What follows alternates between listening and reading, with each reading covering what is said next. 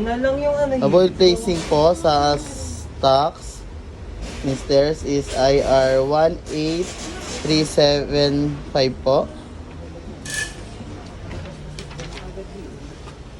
So wala na po siya. Para naman po sa aming IR 18793 po. QR code natin pa. Ito na po siya. Sa may cashier area na po siya nakalagay. Para naman po sa aming IR 18379 po. Updated po clearance sale. So updated na po siya.